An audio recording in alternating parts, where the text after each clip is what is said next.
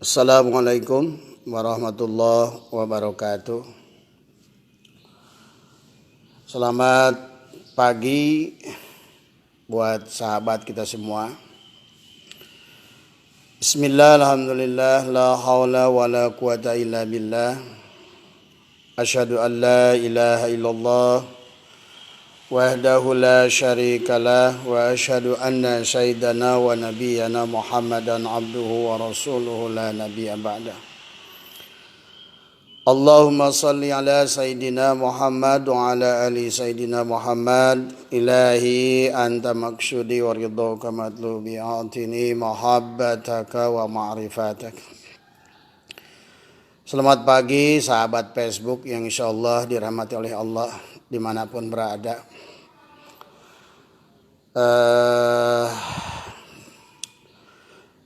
Khususnya Kang Imam ya, selamat bergabung ya. Alhamdulillah sudah sampai di rumahnya ya. Saya udah hampir 3 minggu ini tidak live ya, tapi ada permintaan dari sahabat. Ada pertanyaan yang berkaitan dengan bagaimana Pak Haji dikatakan dalam hadis adalah solat itu adalah mi'rajnya buat orang mukmin. As-salatu mi'rajul mukmin. Ya. Ya, pertanyaan ini adalah yang ditanya tidak lebih tahu dari yang bertanya ya. Tetapi saya dalam 3 minggu ini terus beliau bertanya ya, saya jawab kepada beliau. Saya pun tidak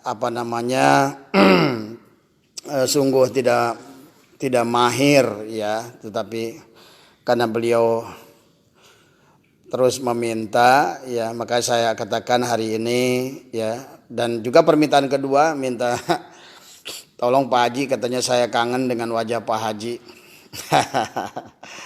Ya makanya mungkin saya hari ini memperlihatkan wajah saya ya. Ya tidak apa-apa, karena permintaan sahabat itu adalah sebuah anugerah, mudah-mudahan membahagiakan hati orang ya. Tapi sebelumnya ya Kang Rosid, ya jawaban saya barangkali tidak memuaskan ya. Ya, cuma saran saya tadi. Ilmu itu sangat dalam ya. Jadi setiap orang akan mendapatkan pemahaman sesuai dengan kedalaman pemahamannya masing-masing, pengalaman rohaninya masing-masing. Kemudian yang terpenting adalah seberapa besar yang juga adalah rahasia yang dibukakan Allah kepada diri masing-masing. Itu. Maka pada kesempatan ini saya dengan diawali dengan istighfar, astagfirullahaladzim, mudah-mudahan Allah memaafkan kalau seandainya ada kesalahan yang saya sampaikan. Selamat pagi Kang Cucu. Ya di Banten ya semua, yang satu lagi di Jawa Timur ini ya, semoga semuanya sehat lah ya. Jadi izinkan saya bagi yang sudah lebih memahami dari saya, mohon ampun ya. Jadi sekali lagi dengan segala kebodohan saya akan menjawab pertanyaan Kang Rosid karena beliau memaksa. Saya katakan bahwa inilah batas kemampuan saya ya.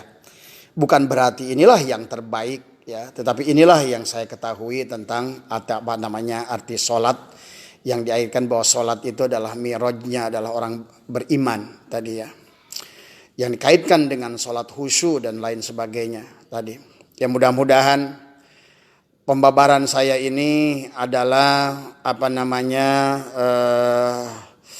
membantu lah ya kepada kita semua, bukan selesai sampai titik ini, tetapi pada intinya adalah bagaimana dengan informasi yang saya berikan sekarang ini justru adalah akan merangsang kita terus berguru dan belajar tentang ilmu ya.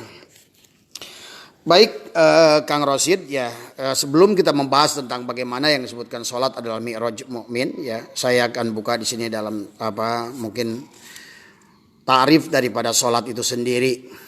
Kita dimulai dengan pemahaman yang paling bawah adalah kita coba mengambil dari salah satu kitab. Saya melihat dari Fathul Mu'in ya, dikatakan babus sholat Hiya syar'an aqwalun wa af'alun mahsusatun mubtatahatun bitakbir wa muhtatamatun bitaslim wa sumiyat bidalikal istimaliha ala sholati lugotan wa hiya du'a, ya. Wal mafrudatul ainiyatu khamsun fi kulli yaumin wa lailatin ma'lumatun minad dini bid darurati fayakburu jahiduha walam tajtami hadhil khamsu li ghairi nabiyyina Muhammadin sallallahu alaihi wasallam. Jadi di sini saya memulai dengan arti salat sendiri. Salah satunya saya mengambil dari kitab Fathul Mu'in ini adalah hiya syar'an aqwalun wa af'alun, bahwa sesungguhnya menurut syara adalah salat itu adalah rangkaian kata, ya. Aqwalun wa af'alun perbuatan, ya. Wa mahsusatun mubtatahatun bitakbir, yang kemudian adalah dimulai dengan membaca takbir, ya. Wa muhtatahatun bitaslim, ada dengan diakhiri dengan membaca salam. Adapun arti salat adalah al-istimal ala sholati lugotan wa hiya ad-du'a. Jadi salat itu adalah doa, ya. Ini menurut pemaknaan dulu, ya, Kang Rosid tentang arti salat. Nah, sesuai dengan pertanyaan yang berkaitan bagaimana yang disebut dengan as-salat mi'rajul mu'minin. Salat itu adalah mi'raj, adalah orang beriman. Yang harus dipahami bahwa salat ini adalah merupakan induk daripada ibadah. Makanya banyaklah hadis, saya tidak usah bacakan semua, nanti nggak cukup, ya, waktunya. Bahwa sesungguhnya banyak hadis yang berkaitan dengan salat. Saya tidak usah bacakan hadisnya, nanti terlalu panjang, ya. Jadi salat itu adalah tiangnya agama. As-salatu imaduddin. Maka disinilah kenapa salat itu dikatakan oleh baginda Nabi adalah qurratu aini bis salat. Kebahagiaan baginda Nabi adalah, jadi kesenangan Rasul, kenikmatan baginda Nabi dalam sehari seluruh ibadah itu adalah as-salat tadi. Dijelaskan oleh ulama kenapa baginda Nabi itu salah satu kebahagiaannya adalah sampai beliau bersabda qurratu aini bis salat, adalah karena di dalam salat itu ada musyahadah, ada muayyanah tadi. Ya, kita rinci dulu, ya, pelan-pelan, mudah-mudahan bisa dipahami. Kalau nggak dipahami nggak apa-apa, ya, bisa didengarkan diulang-ulang, ya. Musyahadah adalah penyaksian, ya. Muayyanah adalah mampu juga melihat tadi adalah. Nanti kita akan bahas di dalamnya. Nah, salat itu dibagi dua. Ada bagi dua dimensi dalam tubuh kita, sama seperti dzikir. Makanya aqimis salat li dzikri. Jadi tujuannya salat itu adalah untuk ingat. Aqimis salat li dzikri adalah zikir dari kata zakaro yadkuru dzikran, artinya adalah bagaimana dengan as-salat adalah kita menyambungkan kita sebagai makhluk kepada Al-Khaliq Allah. Itulah makanya disitulah ada salat badaniyah. Badannya adalah melaksanakan wujudus salat, ya, wujudnya salat, ya. Tetapi batiniahnya adalah qiyamus salat atau aqimis salat, mendirikan salat. Nah, ini dipahami dulu oleh kita tahapannya. Maka dipahami, ya, sesungguhnya, ya, kenapa salat ini adalah menjadikan gerbong utama dalam ibadah. Kebahagiaan manusia untuk masuk ke dalam surganya Allah itu sangat ditentukan dengan nilai daripada as-salat tadi, ya. Kemudian dipahami oleh kita, ya, bahwa dikatakan salat syariat itu adalah merupakan gerak badan tadi. Berdiri dengan sempurna, ya, kemudian mengangkat tangan pada saat takbir, dan kemudian ruku sujud, ya, dengan tumaninah, ya. Kemudian dengan tartib, ya. Nah, bagaimana tujuannya? Kang Rosid, adalah dikatakan bahwa tujuannya adalah sesungguhnya di dalam sholat itu adalah dikatakan dalam ayat Al-Quran, Allah berfirman, wa'bud rabbaka hatta ya'tiyakal yakin. Dan sembahlah Tuhanmu sampai datang al-yakin ke dalam dirimu. Jadi tujuannya sholat ini adalah bagaimana kita adalah memiliki keyakinan yang kuat, ya. Ini saya di gedung Majlis Dzikir, ya, memiliki keyakinan yang kuat, ya, di dalam melaksanakan sholat itu. Dikatakan adalah bahkan apa yang disebut al-yakin itu adalah salah seorang mufassirin mengatakan adalah al-maut, ya. Al-maut itu adalah boleh diartikan oleh sebagian ulama adalah bahwa dalam sholat itu kalau yang tinggi, maka yang dikatakan mi'rajul mu'minin nanti kita akan bahas pelan-pelan. Kemudian yang dikatakan khusyuk dalam sholat itu akan kita bahas secara pelan-pelan. Mufassirin mengatakan al-yakin di dalam sholat itu adalah adalah al-maut. Al-maut itu dikatakan juga oleh mufassirin yang lain al-fana, ya. Nanti fananya itu bermacam-macam, ya. Nanti kita akan bahas, ya, pelan-pelan, ya. Jadi orang minimal kita pahami ciri tandanya bahwa orang itu bahwa sholatnya itu adalah sudah mi'rajnya orang beriman adalah yang pertama adalah al-inabati ila daril khulud, ya. Maka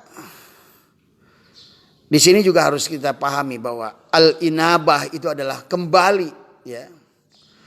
Maka pada saat orang itu mengamalkan sholat adalah sesungguhnya adalah tidak ada yang dituju di dalam tujuan sholatnya itu adalah kecuali Allah tadi.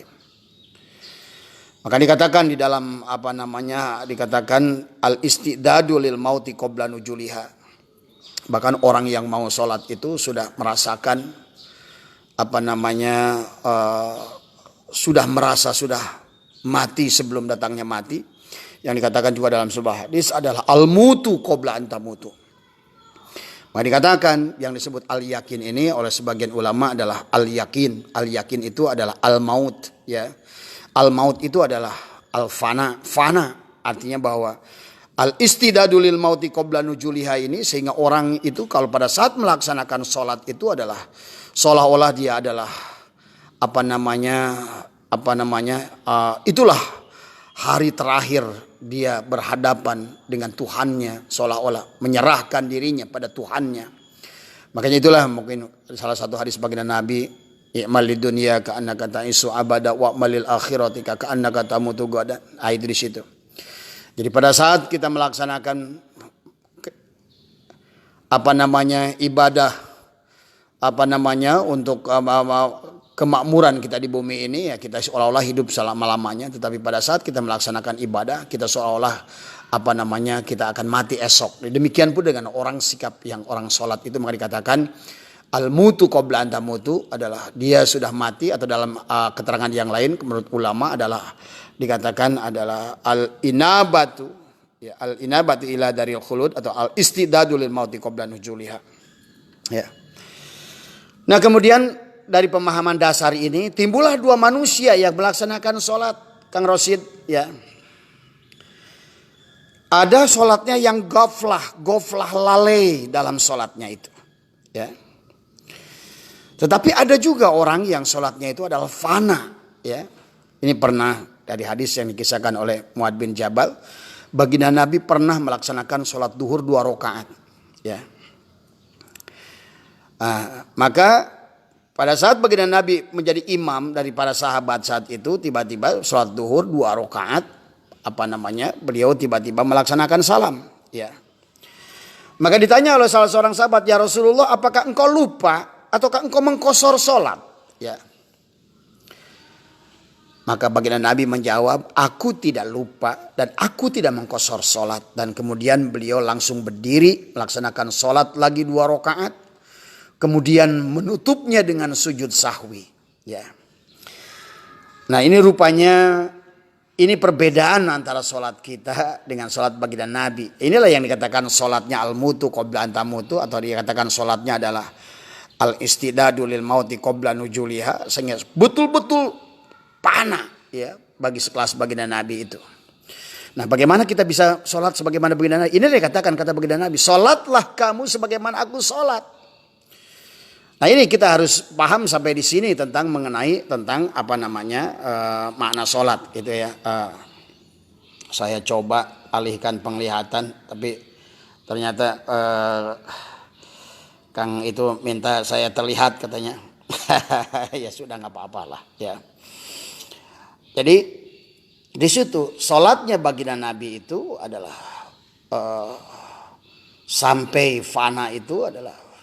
Maka beliau mengatakan, ya Muadz, aku tidak lupa dan aku tidak mengosor sholat, tetapi sesungguhnya. Nah, itu. Jadi mungkin pelajaran yang timbul adalah kepada kita adalah baginda Nabi sedang mengajarkan bagaimana pada saat kita melaksanakan gaflah atau kita merasakan lupa dalam sholat, maka ditutup dengan sujud sahwi. Maka dan sujud sahwi ini difahami oleh kita. Kalau Imam Syafi'i ya adalah dilaksanakan sebelum salam, tapi kalau imam yang lain ada dilaksanakan setelah salam. Saya tidak akan membahas di sini ya. Nah, kemudian Kang Rosid, setelah kita memahami bahwa sholat itu ada sholat yang ghaflah, ada sholat yang khusyuk tadi. Baginda Nabi tadi menyontohkan sholat yang khusyuk itu sampai kepada fana tadi. Sampai lupa lagi kepada rokaat. Dalam kisah yang lain ada sampai pernah sholat sampai 5 rokaat. Karena bukan tadi. Jadi disinilah perbedaan antara sholat kita dengan sholat beliau kan tadi ya. Tapi minimal kita tahu buat pelajaran kepada kita bahwa sesungguhnya sholat yang disebut as-sholat mi'rajul mu'minin itu adalah kurang lebih begitu ya tadi. Kemudian, nah karena sholat dibagi dua, ada yang khusyuk, ada yang ghaflah. Maka tentu saja yang khusyuk itu adalah disebut dengan qiyamus sholat ya. Yang ghaflah itu disebut adalah wujudus sholat. Jadi orang kalau melaksanakan sholat tetapi hanya sebatas melaksanakan sholat, itu baru namanya wujud sholat. Wujudnya sholat tapi tidak qiyamus sholat, tidak aqimis sholat tadi. Padahal dikatakan oleh baginda Nabi, "Shallu kama ra'aitumuni usolli", itu adalah tadi bahkan baginda Nabi sampai fana di dalam sholatnya itu juga ada berarti adalah sunnah, adalah merupakan contoh kepada kita ya. Nah kalau kita melihat sedikit Kang Rosid ya, kenapa sholat ini begitu penting? Karena sholat ini adalah gerbang dari semua amal ibadah. Walaupun syahadatlah yang utama. Makanya nanti mungkin Pak Haji akan bahas khusus tentang syahadat. Karena syahadat itu adalah yang pokok. Ya. Tidak ada sholat tanpa syahadat tadi. Syahadat itu bukan berucap. Syahadat, ya syahadat. Tadi makanya tadi kan sholat itu musyahadah dan muayyanah. Tadi kan maknanya. Kenapa sholat itu disebut musyahadah? Karena tadi kita melakukan sholat itu sebada kita bersyahadat. Baginda Nabi melaksanakan sholat setelah bersyahadat dengan berjumpa Allah, seolah-olah tanda kutip ya berjumpa Allah. Jangan selalu memaknai berjumpa Allah itu bertemu antara Mang Jakir dengan Mang Ahmad misalnya, bertemu ada dua sosok. Nah ini juga harus dipahami. Nanti kita akan paham nanti. Ini artinya kita harus terus meningkatkan ya. Ya, kita lihat sedikit dalam kitab Daqaiqul Akbar ya. Kenapa pentingnya sholat ini menjadi yang utama. Dan sholat juga ada bisa diterima dan bisa ditolak tadi ya. Dan hanya yang sholat yang diterima lah yang akan yang makbul lah tadi ya. Ada sholat itu ada syahnya, ada makbul, ada makjur. Tadi ini harus dipahami oleh kita. Jadi 3 derajat sholat kepada kita. Yang dijelaskan dalam kenapa sholat itu menjadi penting, akan menjadi lokomotif ibadah yang lain. Setelah benar syahadatnya adalah harus benar sholatnya tadi. Nah sholat dibagi 2 tadi, ada sholat jasad yang disebut dengan wujudus sholat, kemudian ada sholat musyahadah dan muayyanah yang disebut aqimis sholat tadi. Dan yang Allah perintahkan itu adalah aqimis sholat, bukan wujudus sholat ya. Ini yang harus dipahami oleh kita. Makanya dijelaskan pada saat seseorang itu mati, dijelaskan yang mengantarkan seseorang itu ke dalam kubur adalah pertama adalah ahlihi, wa malihi adalah wa amalihi. Tadi, ya. Maka di antara amal manusia yang akan pertama bekerja, ya, di dalam sholat, di dalam kepada kita pertama dalam sakaratul maut juga adalah sholat yang menilai dikir itulah yang akan membantu menjaga kita dari godaan iblis yang akan mensesatkan kita pada saat sakaratul maut tadi. Kemudian yang kedua, maka pada saat kita mati kemudian dibawa oleh keluarga, ahli kita, harta kita, mobil mengantarkan kita ke kuburan. Tapi yang paling penting adalah wa amali, maka amal yang pertama yang akan memberikan persaksian kepada kita, amal yang akan memberikan benteng kepada kita adalah as-salat, ya. Makanya dikisahkan dalam kitab Daqaiqul Akbar disebutkan bahwa pada saat Munkar wa Nakir, malaikat yang bertanggung jawab untuk bertanya kepada seseorang, si fulan yang sudah meninggal di alam barzahnya itu, maka bagi orang yang sholatnya bagus, maka pada saat Munkar wa Nakir bertanya kepada seseorang itu, dia bertanya di atas kepalanya. Maka tiba-tiba ada penjaga di atas kepalanya. Wahai Munkar wa Nakir, jangan kau tanya mayit ini dari atas kepalanya. Karena kepalanya senantiasa digunakan untuk sujud kepada Allah. Kemudian malaikat Munkar wa Nakir menjaga dari tangan kanannya, dari tangan kirinya, demikian juga. Jangan kau tanya dari sebelah kanannya. Karena badannya dipakai untuk ruku dan sujud kepada Allah. Berputar malaikat Munkar wa Nakir sampai akhirnya malaikat Munkar wa Nakir itu bertanya di bawah telapak kakinya. Tiba-tiba kemudian ada yang berdiri juga penjaga. Sholatnya itu menjaga tadi. Dia berkata, wahai Munkar wa Nakir, jangan kau tanya mayit ini juga dari bawah kakinya. Karena kakinya digunakan untuk berdiri, untuk menghadap Allah.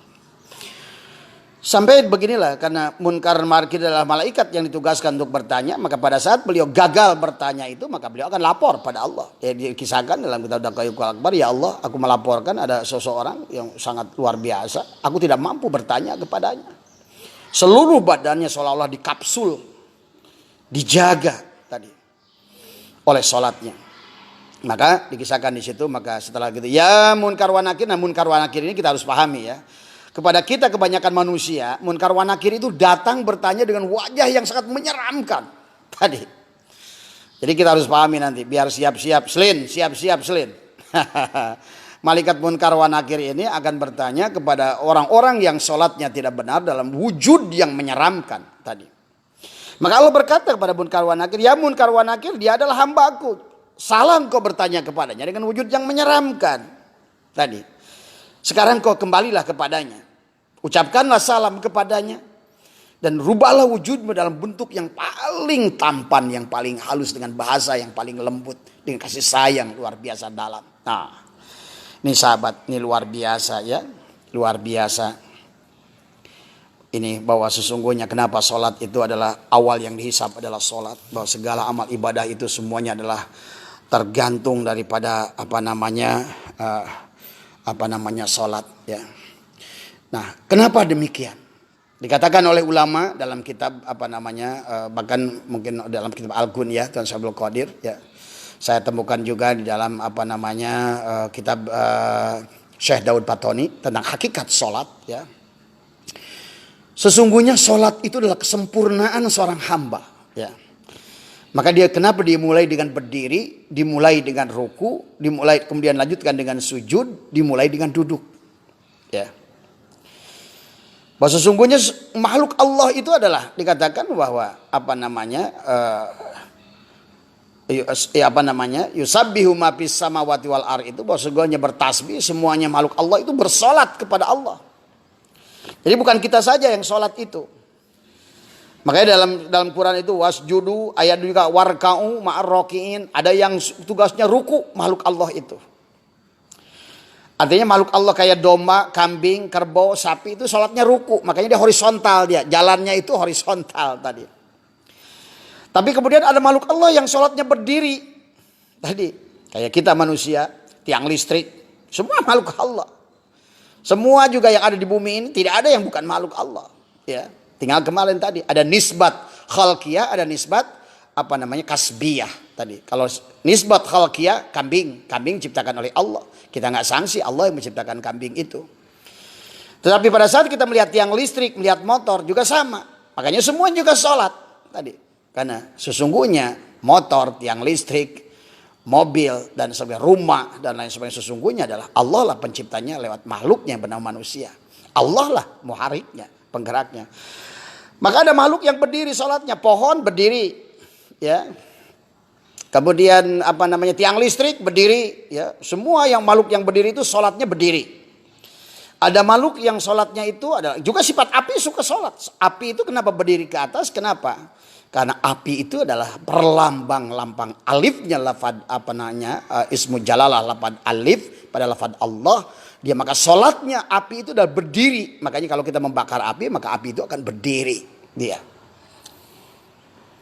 Itu ya Kang Rosid ya. Tetapi kemudian yang kedua adalah ada makhluk Allah yang tugasnya itu adalah warka'u marrokain adalah ruku. Kambing, makanya dia domba, semua makhluk-makhluk itu adalah horizontal. Juga makhluk Allah yang lain adalah angin. Maka angin itu nggak ada yang naik ke atas, naik ke bawah, tapi angin itu adalah lurus tadi. Makanya nanti di dalam hikmah tentang rukun Islam ini indah dibahas tentang masalah ini. Bagaimana datangnya perintah sholat, kenapa sholat itu harus berdiri adalah melambangkan mematikan api yang ada pada diri kita. Dan sementara kenapa kita saum, karena saum itu adalah dinding itu adalah untuk menahan angin, adalah untuk menjaga dari makhluk-makhluk Allah yang ruku tadi. Tapi kemudian juga ada Allah makhluk lain yang sujud tadi, yang dia itu turun ke bawah, kerjanya itu sholatnya itu apa? Air ya. Maka air itu selama ada tempat yang lebih rendah dia akan terus turun ke bawah, akan terus turun ke bawah. Itu sifat air. Tapi ada lagi yang sholatnya itu adalah duduk diam, batu. Batu itu diam, benda-benda lain diam, semuanya tadi. Nah, kenapa sholat itu pada manusia memiliki kemuliaan? Karena pada sholat itu ada berdiri, ada ruku, ada sujud, ada duduk tadi. Jadi melambangkan lafaz Allah alif lam ha tadi seolah-olah begitu. Nah inilah maka kenapa pada manusia sholat itu memiliki kemuliaan yang luar biasa. Karena sholat itu adalah ibadah yang paling sempurna. Makanya qurratu aini fi sholat kata baginda Nabi, aku yang paling kusukai, aku cintai tadi. Makanya kenapa dikisahkan oleh istri beliau Aisyah mengatakan bahwa baginda Nabi itu sholat sampai bengkak kakinya karena memang di dalam sempat sholat itulah ada musyahadah dan muayyanah ya, itu untuk kelas. Nah yang keempatnya Kang Rosid yang harus dipahami dalam sholat itu dibagi tiga. Yang pertama adalah harus syah sholat itu tadi. Kalau bicara sah berarti kita bicara takrib, fatul mu'in, kitab Sapina, syah. Bagaimana syarat dan rukun sholat itu ya. Rukunnya baik rukun fi'li, rukun qauli tadi. Rukun qalbinya adalah kita laksanakan. Jadi sebelum kita mengatakan sholat mirajul mu'minin dari sini dulu. Nggak ada sholat mirajul mu'minin kalau mulai syah dulu sholatnya. Inilah gerbangnya. Jadi artinya berarti landasannya adalah syariat, ilmunya adalah ilmu fikih. Fikihlah yang mengatur ya. Yang mengatur tentang bagaimana kita melaksanakan sholat ya. Kemudian setelah kita melaksanakan sahnya sholat, setelah kita maka sholat itu harus yang kedua adalah makbul tadi. Di sini adalah makbul ini adalah bukan lagi adalah melihat perilaku jasad, bagaimana sempurnanya berdiri, bagaimana menempatkan kaki, bagaimana duduk tawaruknya, bagaimana duduk iftirosnya, bagaimana menempatkan dua tangannya, bagaimana itu aturan fikihnya harus kita laksanakan. Karena untuk mendapatkan sholat yang mi'rajul mu'minin harus diawali dengan syahnya sholat ini mengikuti aturan fikihnya, syariatnya ini harus dipahami oleh kita. Ya. Baik. Nah, kemudian nanti setelah sholat itu pertama syariat, artinya fikih. Yang kedua, makbulnya sholat itu bukan oleh sahnya sholat tadi. Itu baru aturan tadi, gerbang awal untuk mi'raj ya. Tapi makbulnya, diterimanya sholat itu adalah dengan tasawuf atau dengan thariqah tadi ya. Jadi sudah mulai, kalau barusan yang dilihat adalah gerak badannya, nah sekarang adalah perilaku hati. Nah, tadi nanti kita akan bahas-bahas. Yang terakhir baru ma'jur. Ma'jur itu adalah merupakan gerak hakikat. Kita mampu melihat ruh nanti dalam sholat tadi. Siapa yang sholat itu ya. Nanti ini pelan-pelan ya, biar tidak sehingga dikatakan oleh ulama bahwa sholat itu adalah harus mampu musyahadah dan muayyanah ya. Atau dalam katakan ulama yang mengatakan dalam sholat itu harus mampu ru'yatullah tadi. Hudur ya, hudu, tawadu ya dalam sholat itu. Atau tadarru ya di dalam sholat itu. Mampu melihat wajah Allah tadi. Nah bagi sahabat-sahabat mungkin yang pemahamannya Wahabi, melihat wajah Allah itu kayak wajah Haji Asep gini. Bukan wajah ini, bukan wajah Allah itu. Maka hati-hati ya, makanya ada takwil di situ. Nah, sholat yang paling tinggi adalah musyahadah muayyanah, kata ulama, adalah mampu melihat zat Allah. Makanya kenapa baginda Nabi itu sampai pingsan, sampai sholat duhur jadi 2 rakaat. Itu beliau mengatakan pada Muadz, aku tidak lupa dan aku tidak mengkosor. Tapi itu adalah baginda Nabi itu sampai derajat sholatnya itu adalah kepada ada fana, ya, atau istidadu lil mauti qabla nujuliha, bahkan al mutu qabla tamutu di dalam sholat itu. Itu, ya. Jadi dikatakan oleh ulama, kalau kita tidak mampu melihat zat Allah, jangan dipaksakan, kita punya makom kan tadi ya. Untuk musyahadah dan muayyanahnya itu kalau tidak mampu melihat zatnya, minimal lihat sifatnya. Begitu. Bagaimana sifat Allah?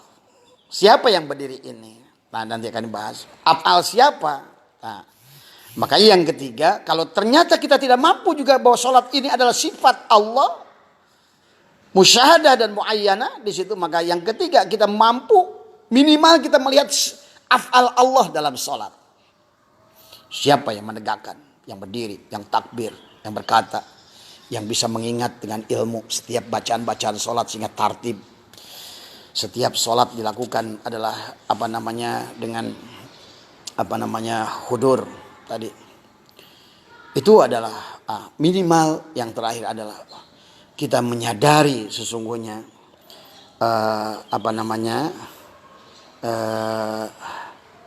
yang dikatakan bahwa minimal kita ini harus mampu sholat adalah dengan musyahadah muayyanah level asma tadi.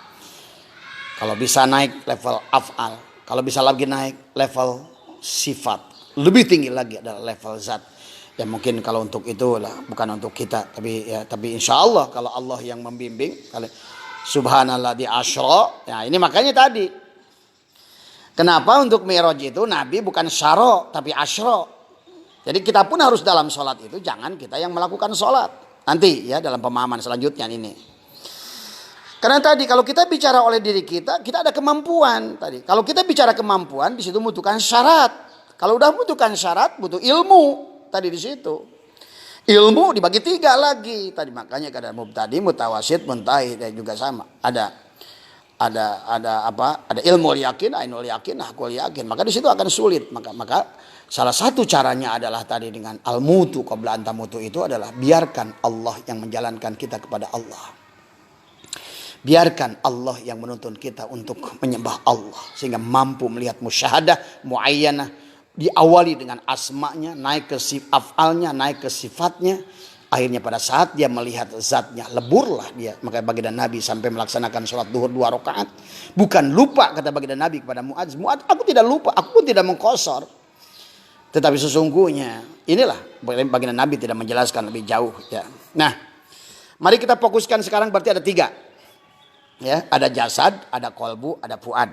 Ya. Yang pertama jasad bicara tentang sahnya sholat. Bicaranya adalah ilmunya adalah fikih. Yang diatur adalah dikatakan adalah liis lahil jawari, ya. Jadi melihat perilaku tubuh kita ini. Ini dulu, tapi ini pun harus benar tadi. Benar bacaannya tadi ya. Kemudian pertama benar gerakannya, kemudian yang kedua benar bacaannya, yang ketiga lagi naik nanti. Sebelum naik kepada makbul atau yang disebutkan dengan kan tadi syah, makbul, makjur tadi. Sebelum sampai kepada makbul ini ya, adalah ada yang disebut syah. Syah itu dimulai dengan benar gerakannya, benar bacaannya. Disyukur kalau kita ngerti artinya. Jadi kita akan memahami, makanya pada saat kita berdoa Rabbighfirli, di situ kita akan merasakan dosa kita begitu banyak, begitu besar. Kita mohon ampun pada Allah, kita ingat dosa-dosa yang lalu. Tetapi Rabbighfirli di situ timbul khauf, takut kita pada Allah.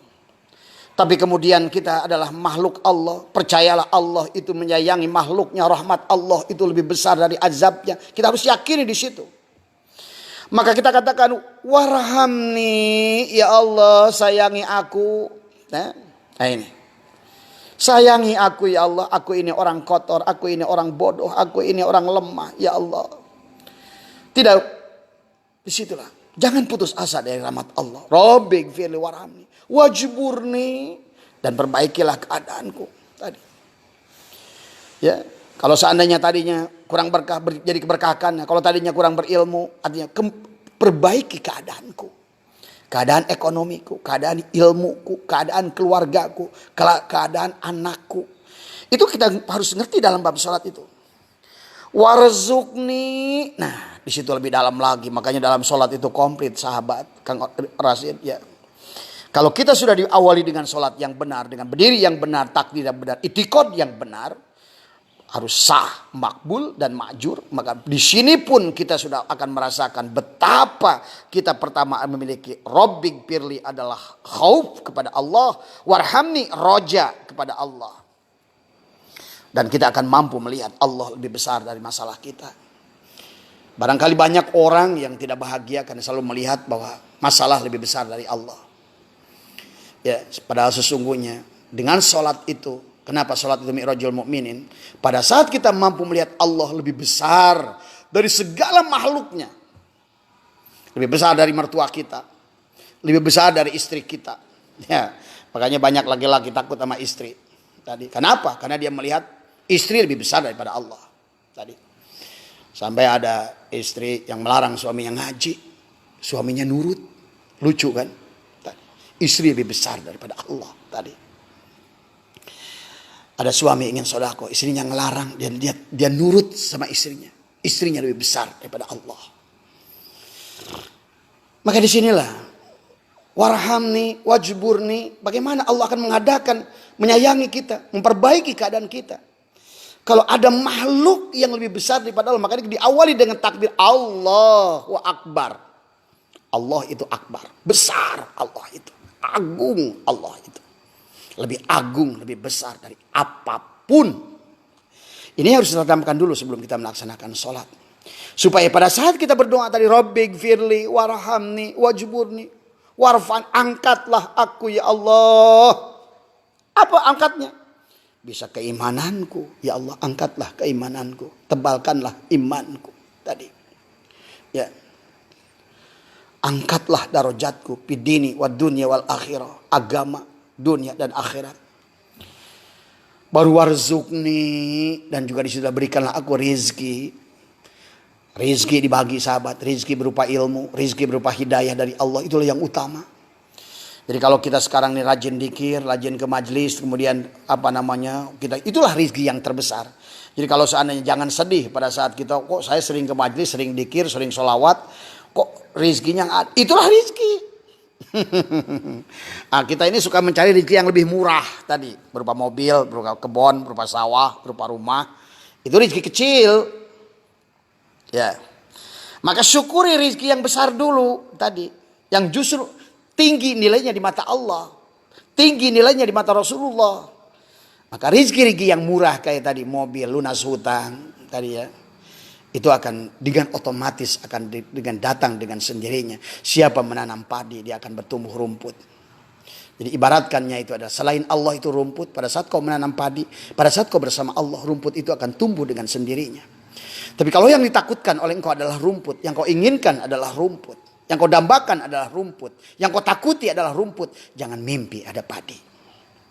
Ini kaidahnya Kang Rosid ya. Maka di sini, makanya pertama adalah sah sholat itu.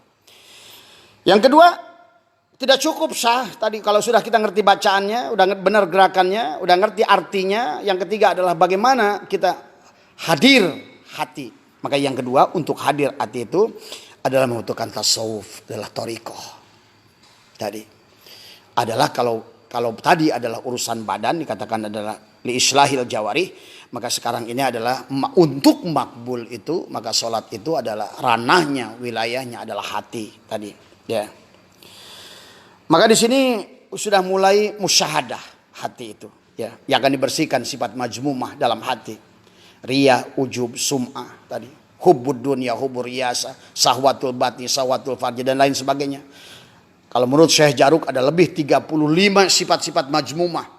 Sifat-sifat majmumah itu yang mana? Adalah sifat-sifat bahimiyah dan sifat-sifat subuhiyah. Kalau menurut Imam Ghazali dalam Ihya. Sifat bahimiyah itu adalah apa? Sifat binatang, ya. Ingin makan, ingin tidur, ingin bersetubuh, makan, tidur, bersetubuh, main hardolin kalau kata orang Sunda. Ini sifat binatang, hayang apa-apakan we lelempangan bae. Tadi ya. Yang kedua adalah sifat subuhnya. Pada saat kita memiliki kekuasaan, kita tidak boleh kekuasaan kita dipengaruhi oleh kekuasaan lain. Pada saat kita punya wilayah, jangan boleh ustadz lain datang ke ustadz wilayah saya. Gitu ya. Ini sifat subuhnya. Iri, dengki itu adalah sifat subuhnya diantaranya. Maka di sini juga dalam sholat itu maka makbul. Ya, tahapan kedua, maka sholat itu akan sampai pada mirajul mukminin setelah yang pertama adalah syah, artinya benar rukunnya, syarat dan rukunnya. Benarnya jasad, af'al tadi. Kemudian ada yang kedua adalah makbul, ini adalah yang disebut dengan thariqah, adalah bertasawuf, adalah bagaimana kita memiliki dzikir. Maka insya Allah. Nah kalau sah sholat disebut ibadah. Ya. Disebutnya itu ibadah. Tetapi kalau makbul adalah sudah sampai kepada ubudiyah tadi. Tapi kalau nanti majur, udah sampai sholat hakikat itu kepada ubudah atau abudah. Ini perbedaan tahapan dalam sholat ya. Nanti kita akan bahas lebih jauh. Maka, nah, kemudian apa nanti yang dirasakan pada levelan ubudiyah? Kalau tadi level ibadah adalah melihat perilaku, ada katakan islahil jawari, ada perilaku perbuatan, ucapan mulut, telinga, seluruh anggota tubuh ini, badan kita ini semua. Ya. Tetapi dalam yang kedua yang disebutkan adalah sholat itu harus sampai kepada derajat makbul, adalah merupakan kerja hati. Adalah di sinilah tahapan sudah mulai musyahadah dan muayyanah tadi. Di antaranya timbul sifat haya, malu pada Allah pada saat sholat itu tadi. Maka pada saat yang tadi yang sholat yang pertama tadi bacaannya mengatakan Robbik firli warhamni wajburni, itu kita masih belum ada malu sebetulnya pada Allah. Nggak apa-apa. Karena tahapan kita masih di sana. Kita adalah makhluk yang butuh pada Allah. Robbik firli warhamni dan lain sebagainya. Sampai warzukni wahdini, berikanlah aku petunjuk tadi di situ.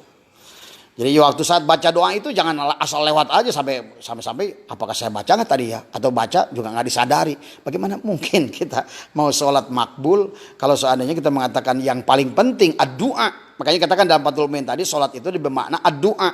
Itulah di dalam situ. Robbik firli warhamni wajburni warfa'ni warzukni, berilah aku rizki, wahdini, berikanlah aku petunjuk, benarkan agamaku, benarkan akidahku, benarkan tauhidku, wahdini, wa'afini, sehatkan jasadku, sehatkan ruhku, sehatkan kolbuku, bersihkanlah dari diriku sifat majmumah, sifat subuhnya, sifat bahimnya, sifat syaitonnya. Makanya kenapa di dalam Al-Quran inna salata tanha anil fahsya wal munkar. Tanha itu sifat bahimiyah. Fahsya itu sifat subuhnya. Wal munkar itu adalah sifat syaitonnya. Maka disinilah kenapa sholat itu tidak berdampak. Ya sholat, ya maksiat, ya sajadah, ya haram jadah. Karena tadi sholatnya baru tatanan kepada syah tapi tidak makbul. Karena untuk makbul itu ada ibadah mah untuk syah, ubudiyah untuk makbul tadi. Ya. Bahkan akal ada hudu, ada tadarruk, ada haya di situ. Otomatis nanti kita akan merasakan betapa kecilnya kita, akan timbullah la haula wala quwata illa billah. Nah, ini. Kemudian yang ketiga, udah saya cepatkan saja, ada kalau tadi adalah yang pertama ibadah adalah syah, yang kedua adalah merupakan makbul adalah ubudiyah, maka yang ketiga ini ma'jur adalah ubudah tadi. Jadi melihat wajah Allah tadi musyahadah muayyana, ya kalau seandainya mampu level zat, kalau tidak mampu level sifat, kalau tidak mampu level af'al, nah ini minimal kita mampu melihat wajah Allah, bukan wajah Allah seperti wajah Haji Asep ini, bukan ya. Artinya melihat af'al Allah, sifat Allah ya. Makanya nanti ada sebuah hadis, man shalla lam ya'rif imamahu la yashihu sholatuhu, barang siapa yang sholat yang dia tidak kenal kepada imamnya, artinya siapa muharriknya dalam sholat itu ya. Tadi makanya tidak cukup dengan sah saja di sana tadi, karena kalau saat orang sah tidak naikkan kepada sholat dari ibadah, naik kepada ubudiyah. Kalau tidak naik kepada ubudiyah, maka kita akan hanya melihat perbuatan diri kita. Makanya kalau orang sholat itu hanya sebatas sah, maka akan mengatur Allah di situ. Sholatnya itu memiliki kebutuhan, maka disitulah ada sholat yang didorong hawa nafsu. Sholatnya apa? Didorong hawa nafsu itu adalah orang sholat yang menginginkan yang selain Allah tadi. Mudah-mudahan dagangnya lancar kata Aslin. Mudah-mudahan itu yang selain Allah sebetulnya. Padahal yang selain Allah itu tidak usah dipikirin karena itu akan paket ya. Kalau ibaratkan api dan panasnya, ambil saja apinya, insya Allah panas akan ada dengan sendirinya. Sholat saja kepada Allah, nggak usah dipikirin. Nah inilah, maka butuh sholat itu dipindahkan dari syah ke makbul. Ini kata ulama ya. Di antaranya Tuhan Syaikhul Qadir dalam kitab Al-Gunyah tadi ya, tadi. Apalagi yang ketiga, ma'jur itu adalah dikatakan adalah hadirnya hati. Inilah man shalla lam ya'rif imamahu la yasihu salatuhu, barang siapa yang salat yang dia tidak kenal kepada imamnya, tidak sahlah salatnya itu. Nah tadi. Ya kalau sah aja berarti tadi kan gerak badan. Kita akan melihat maka makbul berarti gerak apa di situ. Nanti kita lihat ya selanjutnya. Nah, yang sah ini yang sebutnya orangnya disebut abidin, abid. Ada orang yang targetnya adalah sah, bisa berdirinya benar rukun dan syaratnya di dalam sholat itu. Yang makbul atau yang disebut ubudah adalah membuang sifat-sifat majmumah tadi sudah. Adapun cahayanya, nanti ada cahaya. Pada saat sholat itu adalah sholat jasad, ya. Disebutnya adalah ibadah, orang yang disebut abidin. Cahaya yang timbul, ilmunya ilmu yakin tadi ya.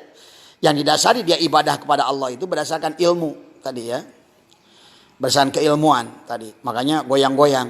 Tadi masih goyang-goyang. Baca kitab Al-Muwatta, baca kitab ini, baca kitab Al-Um, kitab Al-Risalah, baca Tuhmatul Mu'tad, baca kitab Bazuri, baca kitab ini.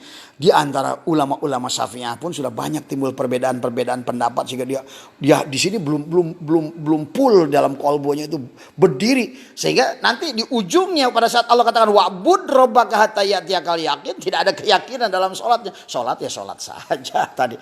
Bahkan apalagi sampai ghaflah. Nanti kita akan bahas bagaimana sholat itu diancam oleh Allah. Orang-orang yang tidak sholatnya adalah tidak sampai kepada makom makbul dan makjur itu justru adalah terancam akan mendapatkan siksaan Allah tadi ya. Karena ini nanti kita akan pahami. Maka cahaya kepada orang yang sholatnya adalah sah disebut dengan syu'aul basyirah. Jadi syu'aul basyirah ini adalah yang mendorong jasad kita untuk sholat tadi, berdiri, bisa bacaan dan lain sebagainya. Nah, tetapi di situ soal basyirah itu adalah tidak bisa untuk sampai derajat khusyuk. Kenapa tadi? Karena yang menggerakkan sholat itu jasad itu adalah hawa nafsu. Maka orangnya itu beribadah, mudah-mudahan kalau saya sholat hajat dan sholat duha, mudah-mudahan rezeki saya, dagang saya menjadi laku dan lain sebagainya. Itu adalah walaupun tidak salah, itu pun sudah baik, tetapi tidak boleh berhenti di situ, sahabat ya, Kang Rosid. Karena kalau kita berhenti di situ berarti artinya kita tidak sampai kepada tujuan sholat itu sendiri. Kalau ibaratnya kita harus jalan dari Bogor ke Bandung, kalau kita sampai Sukabumi udah berhenti, ya berarti kita nggak nyampe ke Bandung, namanya belum Bandung, baru Sukabumi. Artinya kalau katakanlah Bandung itu sholat, ya belum sholat tadi. Nah ini tadi, ini harus dipahami oleh kita semua ya. Jadi mudah-mudahan ini pahami ya. Ini yang dipahami oleh Pak Haji dari beberapa kitab ya. Dari untuk fikihnya dari Fathul Mu'in, dari Ihya Ulumuddin, dari kitab Al-Gunyah, kemudian Al-Futuhat Al-Makiyah dan Miskatul Anwar dan beberapa lah ya. Yang Pak Haji ramu yang berkaitan dengan bab salat secara syariat, secara hakikat, secara ma'rifat tadi ya. Maka yang pertama itu adalah geraknya badan itu digerakkan oleh yang disebut dengan apa namanya syia'ul basyirah tadi. Orangnya disebut abid. Tetapi yang makbul itu wilayahnya adalah kolbu. Namanya bukan ibadah lagi, sekarang sudah berubah menjadi ubudiyah tadi. Tadi ibadah, sekarang ubudiyah tadi. Kalau tadi wilayahnya jasad, sekarang wilayahnya kolbu. Kalau tadi namanya orangnya abidin, sekarang orangnya itu sudah berubah namanya muridin atau mujahidin tadi. Kalau menurut istilah ulama tadi. Nah, kalau yang tadi pertama namanya adalah dikatakan sua'ul basyirah, maka yang kedua ini disebutkan ainul basyirah tadi. Ainul basyirah. Dia sudah tidak lagi kepada dalil tadi ya. Makanya dia tidak akan goyang lagi walaupun dalil mengatakan ini kitab ani, datang lagi kitab, datang lagi, dia tidak akan goyah karena keyakinannya sudah bulat dia. Dia hanya akan menampung dalil-dalil itu sebagai perbendaharaan pengetahuan kepada dirinya. Tapi tidak akan menggoyahkan keyakinannya, ya. Karena keyakinan hakul yakin itu adalah tanpa dalil, tanpa penglihatan tadi. Adalah cukup dengan rasa tadi nanti penghujungnya dalam sholat itu ya sahabat tadi ya. Kemudian yang ketiga adalah yang disebutkan dengan ubudah adalah orangnya disebut arifin. Jadi kita jangan menganggap bahwa sesungguhnya kita ini wah Pak Haji kita kan jauh dari arifin. Iya betul kita tadi karena kita sholatnya asyra tadi. Sekelas baginda Nabi pun sholatnya adalah kita sholatnya masih syaro. Kitalah yang sholat tadi. Padahal baginda Nabi pun adalah subhanalladzi asyra tadi. Seluruh ibadah Nabi, syariat, tarekat hakikat Nabi itu adalah asyra, dijalankan tadi. Syaratnya apa? Al-mutu qabla an tamutu atau apa cirinya? Al-inabatu ila daril hulud. Apalagi cirinya? Al-istidadu lil mautu qabla nujuliha. Udah mati. Al-fana. Dia sudah tidak melihat, maka di situ berhentilah dia mengatur Allah di situ di dalam pemaknaannya. Pak Haji, bagaimana kalau saya hanya cukup sah saja? Ya maaf, ya berarti kalau Anda nanti sampai di Bandung, harus ke Bandung, dari Bekasi Anda sampai ke Cilengsi, ya otomatis dari Cilengsi sampai ke Bandung itulah yang Anda akan disiksa tadi, yang akan dihisab tadi. Artinya tidak rojiun, SKS-nya tidak lengkap. Maka otomatis S1-nya gagal, apalagi mau naik S2, apalagi naik S3, apalagi itu gelar profesor tadi ya. Jadi inilah tahapan-tahapan yang harus kita pahami, bukan berarti berhenti di satu tahapan, maka disebutkan mi'raj. Mi'raj itu tangga, kita harus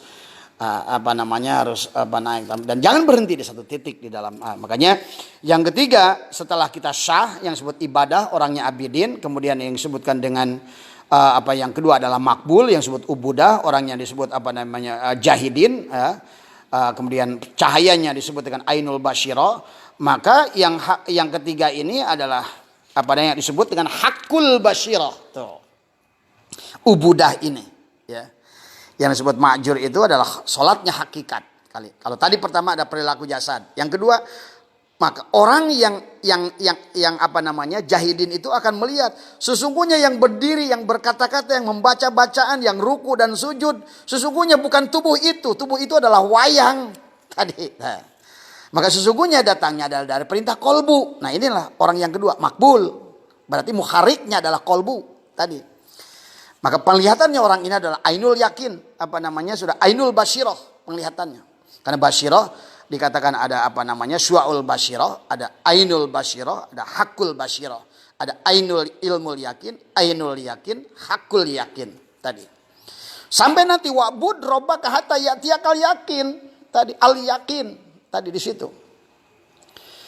Itu Kang Rosid ya tadi. Nah ini yang kita nggak usah mikir, kita kan itu.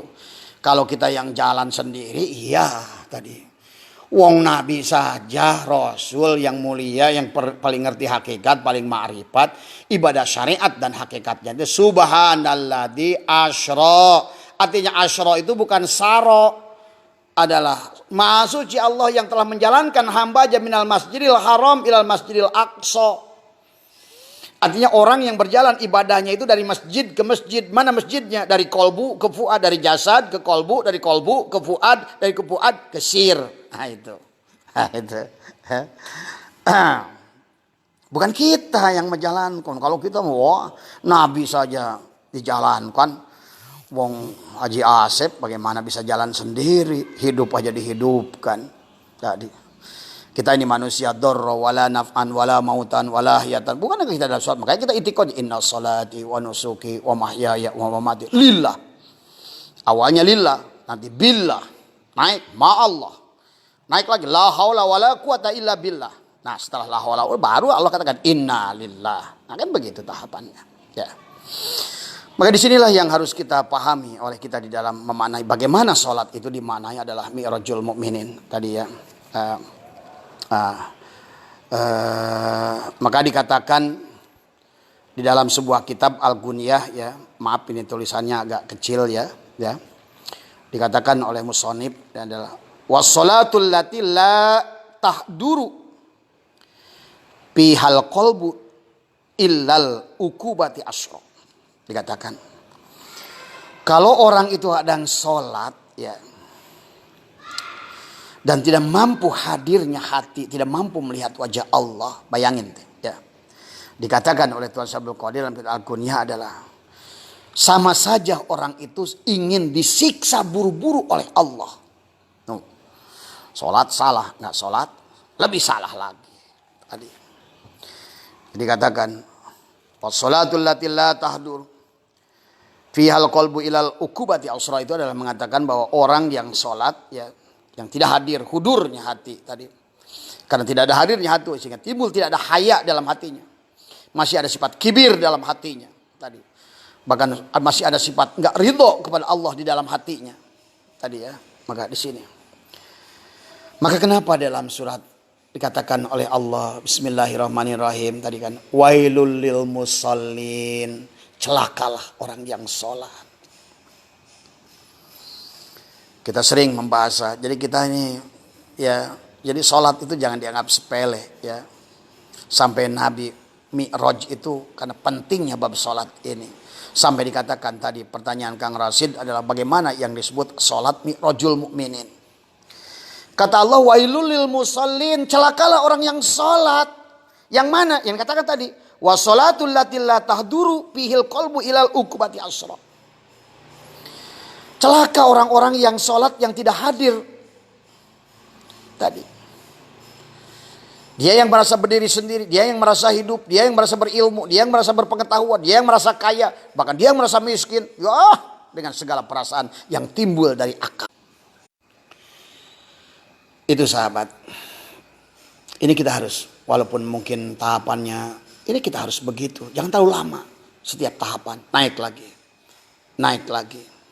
Naik lagi, naik lagi tadi ya. Kalau tidak demikian berarti sholat kita ya sia-sia ya tadi. Makanya dikatakan kenapa di situ wailul lil musallin alladzina hum an sholatihim sahun.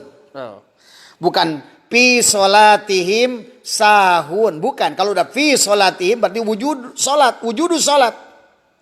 Kalau an sholatihim adalah merupakan qiyamus sholat. Tuh. Nilainya tadi. Tujuan daripada sholat itu. Tadi. Makanya Allah katakan bukan fi sholatihim sahun. Tapi an sholatihim sahun. Celakalah orang-orang yang sholat. Karena kalau fi sholatihim, kalaupun kita lupa rakaat masih bisa mendingan. Kita makanya ada sujud sahwi. Kita lupa rakaat tambah lagi. Kalau cuma wujud sholat nggak ada masalah. Tetapi kalau yang berkaitan tidak mampu melihat Allah dikatakan adalah wassalatul lati la tahduru fi al qalbu ilal ukbati asra. Maka sesungguhnya di mana orang melaksanakan sholat pada saat dia tidak hadirnya hati, maka disitulah sesungguhnya dalam sholatnya itu seolah-olah itulah proposal dia minta segera disiksa oleh Allah. Naudzubillah, subhanallah. Maka disinilah kenapa ada hadis yang mengatakan man sholla lam ya'rif imamahu la yashihu sholatuhu. Barang siapa yang bersolat dan tidak mampu dia melihat imamnya dalam solat, maka dia sesungguhnya adalah tidak sah solatnya. Artinya tidak makbul. Sah boleh jadi sah tapi tidak makbul. Makbul bisa jadi tapi tidak makjur. Tadi ibadahnya benar tapi ubudiyahnya belum tentu benar. Ubudiyahnya benar belum tentu ubudahnya atau abudahnya benar. Karena kita terdiri untuk mi'raj itu adalah 3 dimensi, jasad, qalbu, fuad. Di situ. Ya. Nah, kemudian Disinilah yang harus kita mungkin saya sedikit ringkas ya. Jadi ada sah, ada makbul, ada makjur. Sah itu adalah berkaitan dengan ilmu fikih ya. Kemudian sementara makbul itu adalah ilmu tasawuf, ilmu thariqat, ada wilayahnya adalah qalbu. Kalau fikih adalah wilayahnya jasad, kalau makjur adalah hakikat. Wilayahnya adalah fuad ya, mata hati ya. Kemudian kalau syah adalah orangnya abidin, kalau makbul adalah orangnya adalah jahidin atau muridin, tapi kalau majur adalah orangnya adalah arifin. Kalau syah yang disebutnya adalah ibadah, kemudian kalau makbul disebutnya adalah ubudiyah, kalau majur disebutnya adalah ubudah. Kemudian kalau seandainya syah ilmunya ilmu yakin, kalau makbul adalah ainul yakin, kalau majur adalah hakul yakin. Penglihatannya kalau syah itu adalah syaul basyirah. Kemudian kalau makbul itu ainul basyirah, kalau majur itu adalah hakul basyirah. Ya. Di sini jadi 3 dimensi yang kita lewati yang tidak boleh kita tidak tadi. Ya. Maka disinilah kita memahaminya. Nah, makanya kenapa sholat itu ditulis tadi sod lam ta. Tujuan orang sholat itu tadi adalah mudah-mudahan menjadi orang bertakwa. Ta'nya itu takwa, sodnya itu adalah sidik benar tadi. Maka kenapa banyak orang yang sholat tapi sholatnya sholat tapi maksiat tadi. Sholatnya sajadah tapi juga bareng dengan haram jadah. Habis sholat korupsi misalnya tadi. Padahal kata Allah inna sholata tanha anil fahsya wal munkar tadi. Karena lamnya adalah tidak latifun, artinya kolbunya disitulah untuk melembutkan kolbu itu dengan zikrullah tadi. Latoif di dalam diri kita ini adalah harus dihidupkan tadi. Makanya sod akan benar, akan sidik kalau latifun. Insya Allah buahnya adalah takwa. Kalau sudah takwa segalanya akan mudah. Makanya dalam surah Reji Omayyatakillaha yaj'allahu makhraja wa yarzuqhu. Wah segalanya. Ya artinya itu kalau sudah takwa itu adalah kantong robbani istilahnya itu. Kantong Doraemon ya. Tapi syaratnya adalah latifun. Salat sod sidik lam latifun tak adalah takwa sampai derajat kepada takwa. Ya. Nah, ada tadi yang belum saya ngejapri ini, saya lihat tulisannya tadi ya. Kenapa sih Pak Haji harus lihat ke saya? Karena perintah Allah. Allah berfirman dalam Quran, "Unduru ma fis samawati wal ar." Lihatlah ke dalam.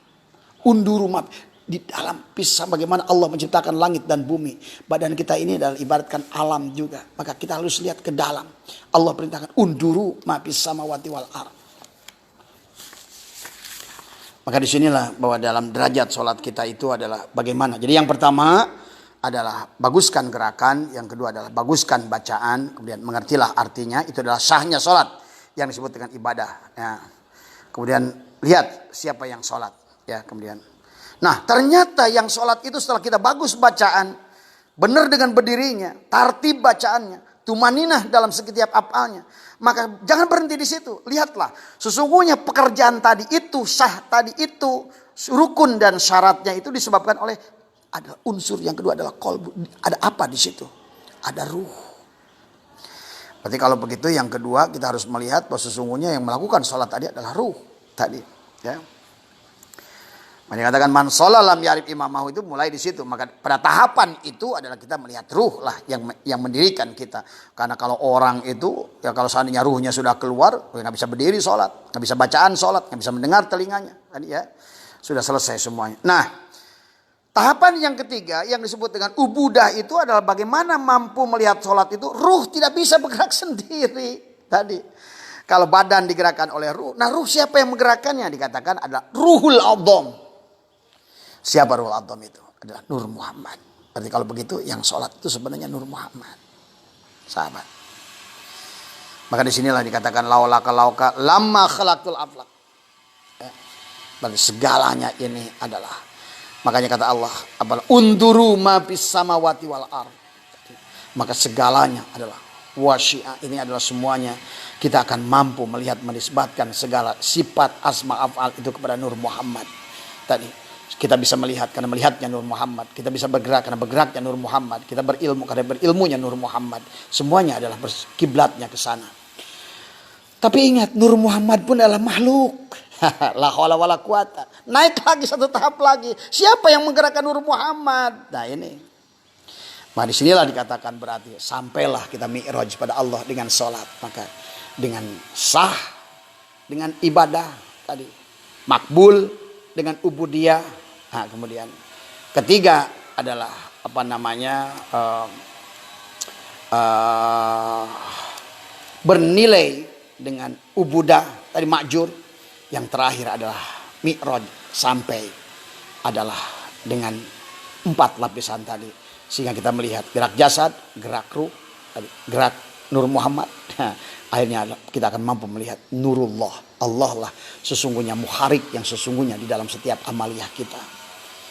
Makanya unduru mapis samawat itu adalah kita harus mampu melihat dalam segala hal itu adalah harus masuk ke dalam, masuk ke dalam tadi. Jadi kalau kita lihat sholat, siapa yang sholat? Ini katakan Asep sholat, bukan Asep yang sholat, tapi Asep hanya bisa sholat kalau ada ruh Asep tadi. Pahami di situ. Ruh Asep ini pun bukan ternyata makhluk kan tadi. Itu yang disebutkan dengan kelas ubudiyah. Kalau tadi Asep kelas ibadah tadi, jasad ada matanya, ada tangannya, ada kakinya. Nah, tapi kemudian ternyata yang ruh Asep pun masih makhluk. Ada yang menggerakkan yang disebut dengan apa? Ruhul Adzam adalah ada ruh yang paling agung, ada ruh Muhammad. Itulah disebut Nur Muhammad. Itulah yang menggerakkan seluruh makhluk ini. Maka saya katakan Nabi Muhammad lah memberikan syafaat semuanya. Sabatul uzma. Iya maksud nama. Pain sholat tuh kesal ungkad dan pengharapan sabatul uzma. Kita masarwa jeung sama aja kayak orang arisan. Nggak pasang arisan pengen menang arisan. Dari mana mendapat arisan? Orang nggak pernah nanam tapi ngarapin panen. Makanya dikatakan ada roja, ada umniyah. Roja itu harap yang disertai dengan ikhtiar yang benar. Ikhtiar yang benar saja belum tentu hasil karena sifatnya jaiz bagi Allah. Jadi ya, itu yang harus dipahami Kang Rosid tadi ya. Maka inilah, maka dalam penghujungnya adalah kita melihat bahwa Ruhul Adzam, Nur Muhammad pun adalah makhluk. Tidak punya daya kekuatan, digerakkan oleh Nurullah. Allah lah, maka disitulah man sholat lam yarib imamahu la yasihu sholatuhu. Tadi. Jadi yang pertama kita melihat imamnya adalah jasad. Yang kedua ternyata begitu naik, oh imamnya adalah ruh. Yang ketiga ternyata imamnya itu adalah apa nama yang disebut dengan apa namanya Ruhul Adzam, Nur Muhammad. Setelah masuk di situ, oh ternyata imamnya itu, oh Allah. Disitulah maka oleh Allah katakan unduru ma fis samawati wal ar. Ya. Makanya mudah-mudahan yang Kang Rosid dari babaran saya ini, maka saya suruh ajarkan kepada sahabat-sahabat saya di sini di majelis, maka pada saat kita belajarlah sholat dengan sebaik-baiknya. Dengan menafikan 7 sifat mengenai la hayyun, la ilmun, la sami'un, la basyirun, la qadirun, la muridun, la mutakalimun. Tadi adalah ucapannya tadi.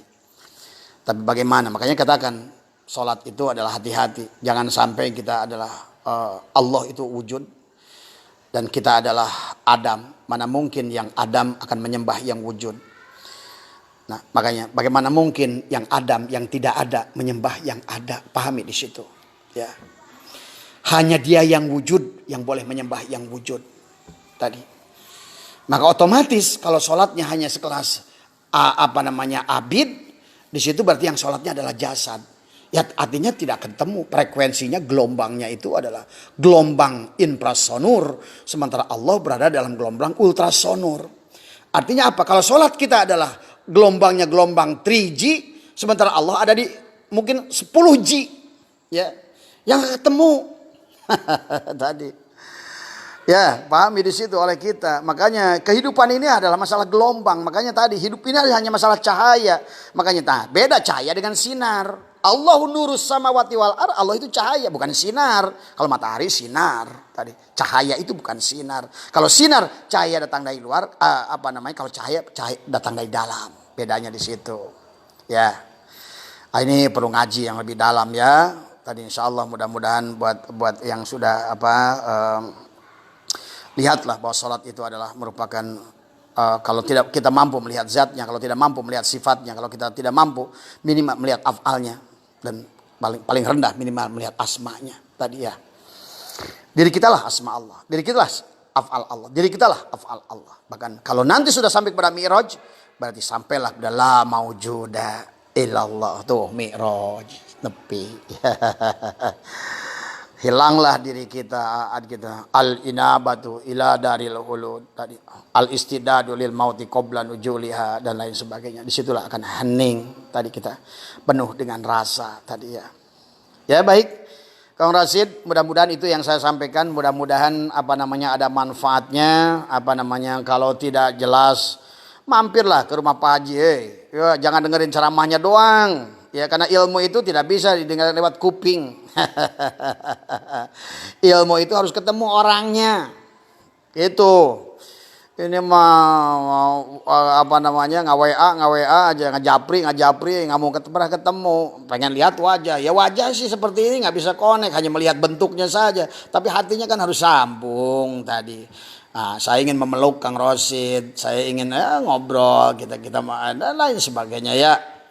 Mudah-mudahan keluarga semuanya baik-baik ya di Banten ya, semuanya ya. Saya doakan. Mudah-mudahan saya dalam bulan Ramadan ini bisa ziarah ke Banten, kita mudah-mudahan bisa ketemu lah. Mudah-mudahan Allah izinkan dan ada umur kita untuk melakukannya. Itu saya bisa sampaikan, mohon maaf atas kurangan ya. Wallahul muwaffiq ila aqwamit thoriq wal minkum. Assalamualaikum warahmatullahi wabarakatuh.